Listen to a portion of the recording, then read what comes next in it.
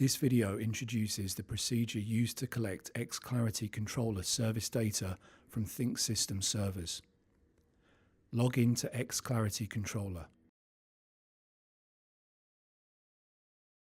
Click Service on the Quick Actions panel of the XClarity Controller homepage. Click Download Service Data.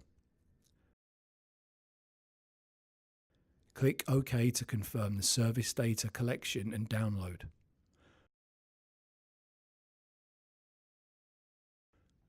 This may take a few minutes.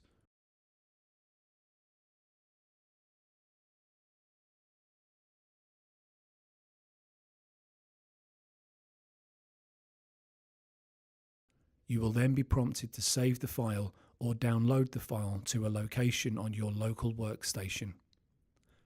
Click OK to save the service data.